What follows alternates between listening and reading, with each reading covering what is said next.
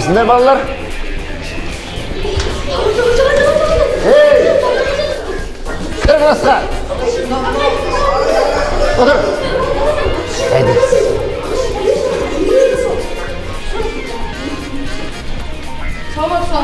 Ehil ver telefonu. Ehil ver telefonu. Toqta! Ey, uylarına taslap ket deb aytmasındır ya. Kir!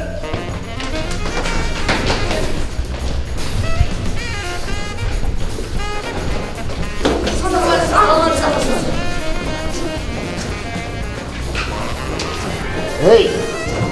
Ko'zine qarab yursin. Asıqıp atdıq qoy.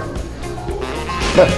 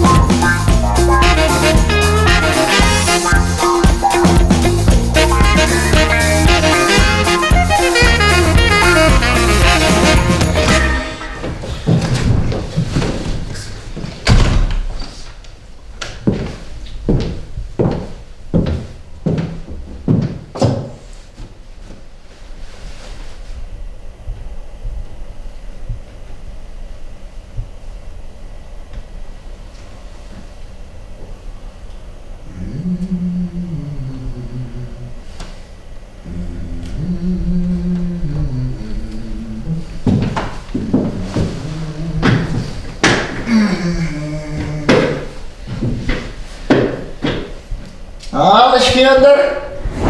Olmağanlar ha? Evet. Beni bilmeyip de oyladınlar mı ha? Beni körmeyip de oyladınlar mı ha?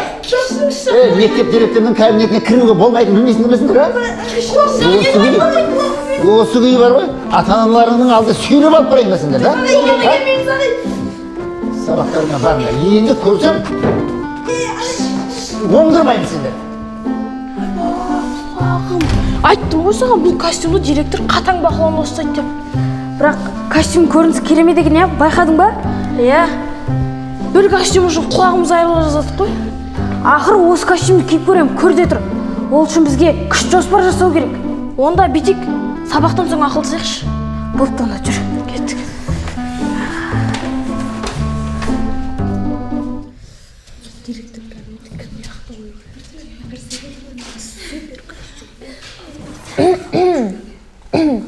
Сонымен балдар, супер костюмді көрдіңдер ма? Әрине көрдік, бірақ киіп көре алмадық. Артымыздан директор келіп ұстап алды ғой. Бәсе, білген едім сондай болатынын. Құдай біледі, ұсталып қалып, әбден таяқ жеген шығарсыңдар. Жоқ, ей! Бергесіңдерші. Бергесіңдерші айтам. Супер костюмді бізге сыйлайтын болды. Соқ өтірікті, жүда саған директор оны бере салады. Иә, ұсталып қалғанымыз рас. Негізіше балдар, кезінде ол костюмді директордың өзі киген екен. Кейін үлкейгеннен кейін қызғанып өзінің кабинетіне тығып қойған екен. Ол супер костюмді кім кисе де шапшақ болады екен. Ол адамға білім мен күш береді екен. Я, осы директордың өзі осы супер костюмның арқасында мектепке бастық болған шығар? Мүмкін. Менде бір жоспар бар. Егер осы төртеуміз біріксек, сол супер костюмді киіп көруімізге болады. Бірақшы, ұсталып қалсақ бізді мектептен шығарып жіберуі мүмкін ғой? Я, бірақ супер костюм киіп көру үшін бізге тәуекел жасау керек қой. Онда былай жасайық. Жоспар құрайық. Құрсақ құрайық. Бірақ сонда да абай болу керек. Я. Ендеше жоспарды тыңдаңдар.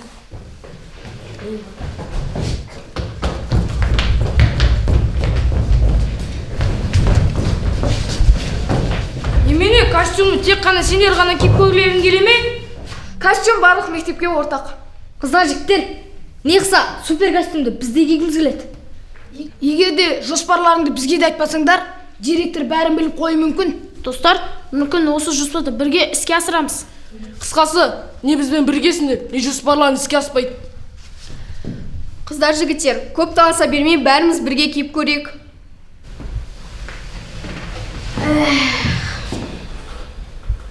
Жарайды ендеше.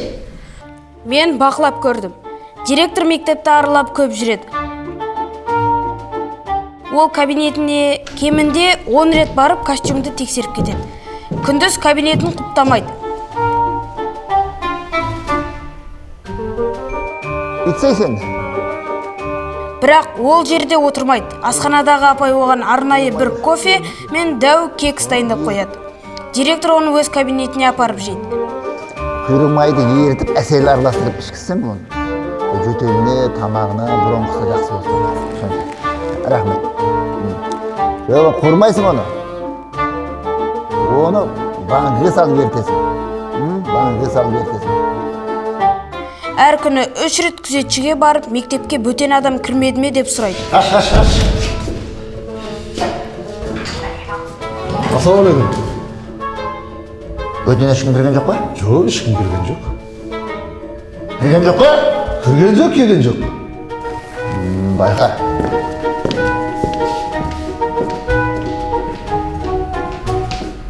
Кім?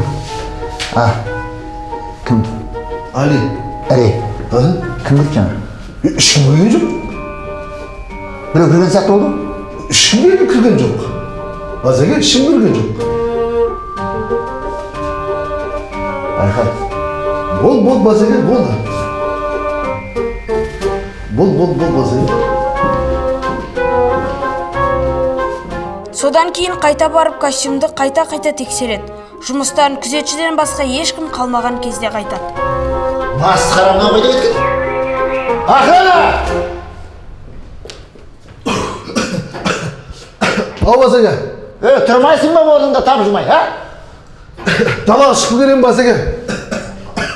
Менің кабинетімде костюм қолды болып ұрланса, ешқайсысын аямайын. Түсіндің ба? Ақыры супер костюмда барлықтарын кигілерін келеді екен. Ендеше жоспарды тыңдаңдар. Аружан мен Асқар асханада отырып бақылайсыңдар.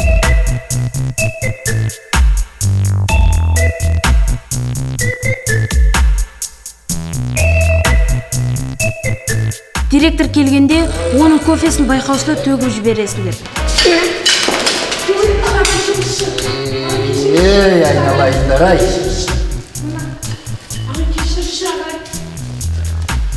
Не істеп жүрсіңдер сабақтың кезінде?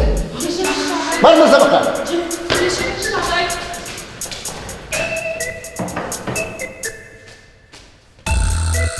Ей, кезекші қайда?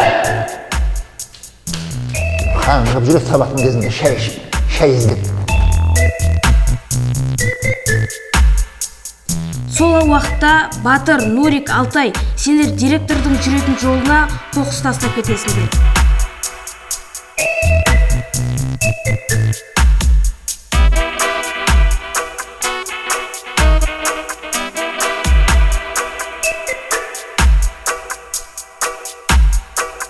Асылай мен Жанар директорға бізді біреу ренжітті деп уақытын ұстайсыңдар. Директор ағай, Батыр біздің күндемізге екі қоя бер. Бас аяғымызды бас кете береді. Тоқтаңдаршы. Телефонға алып шығайын. Кино аласың. Ей, сендер қайда?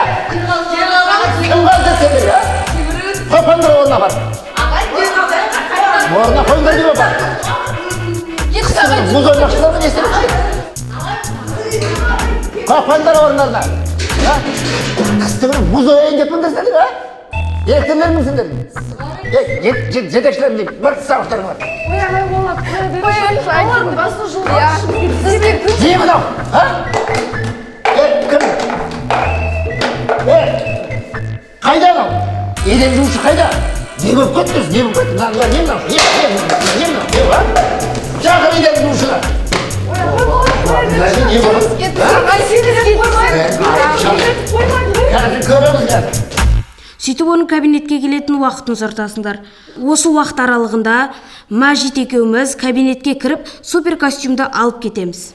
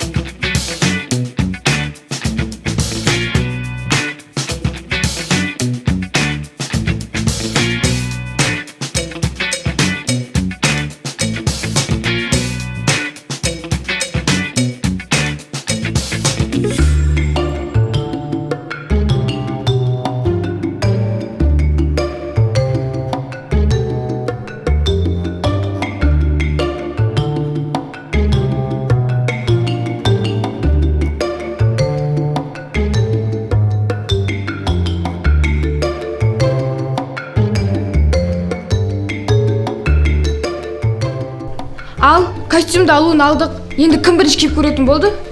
Одан да балдар киіп көрсін да. Бірінші ұлдардың біреуі киіп көрсін, сосын біз қыздар киеміз. Жанар дұрыс айтады. Кезек-кезек киіп көрейік. Бірінші ұлдар кисін, сосын қыздар кисін. Мен костюмнің қасиетін жақсы білмеймін. Киюге қорқып тұрмын. Негіз бар ғой, жоспарды ойлап тапқан Сәбит, сол бірінші кисін да? Иә, дұрыс айтады. Не болды барлықтарыңа, Ең алдымен бұл костюмнің қасиетін анықтап алайық та. Балалар, бұл костюмді Мәжит пен Сәбит ұрлады. Сәбит кимесе Мәжит кисін. Жігіттер, қыздар, ақыры бұл костюм супер екен ғой.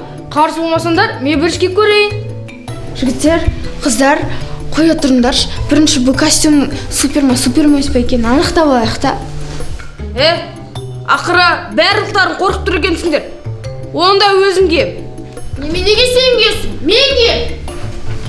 Неге сендер ғана киесіңдер? Мен де кием.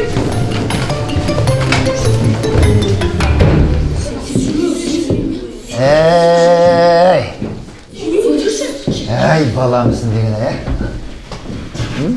Ал, костюмді ұрлап алған екенсіңдер. Кім тұрсыңдар енді, Киюге қорқсаңдар, не көрмейсіңдер?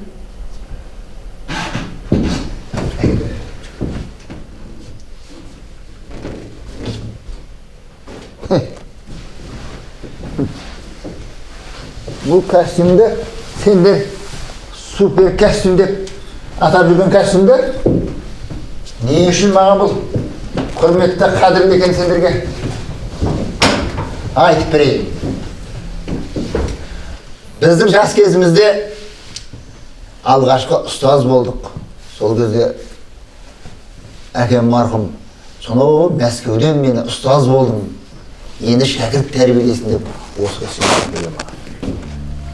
12 жыл, 13 жыл осы бір костюмді киіп, бала тәрбиелеп, білім беріп, өсірдік бізде.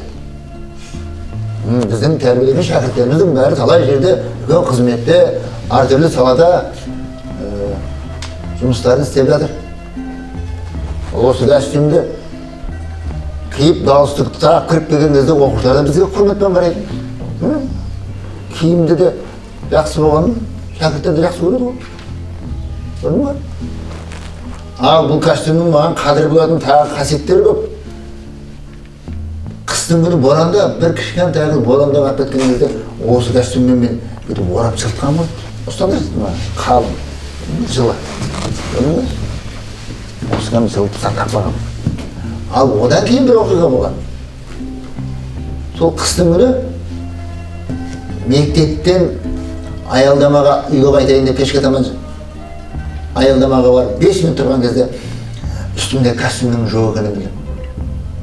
Бірден қайтадан мектепке кіріп костюмді киіп қайтып аялдамаға барсам бір ауыр жүк машинаны аялдамадан соғып тұрған.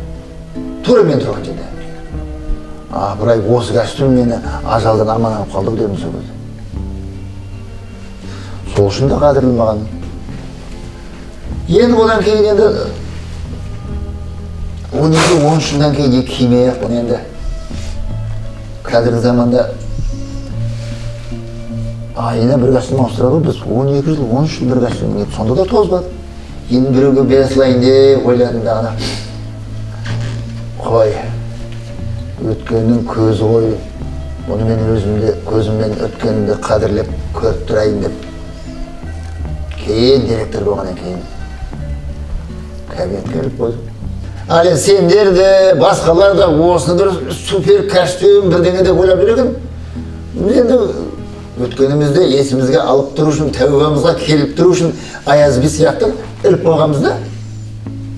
Ал болмаса бұл кәдімгі қарапайым баяғы советский костюм.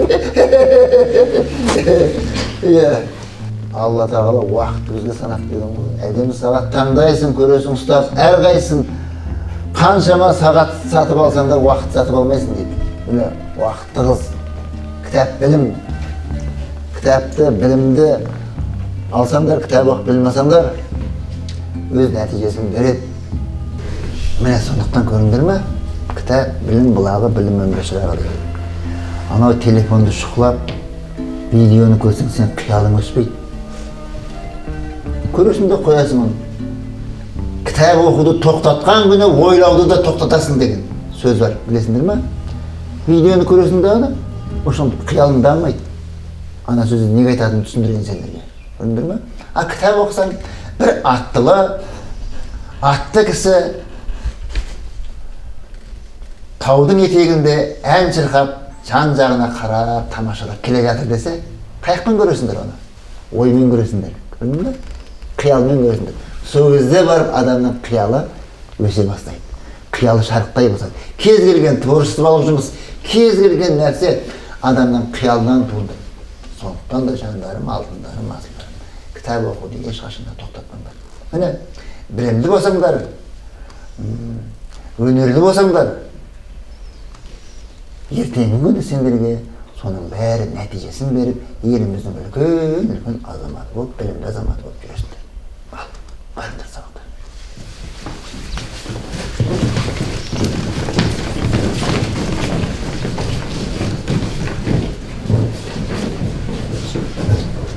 Ал бірақ, мен үшін бұл супер кәсіп.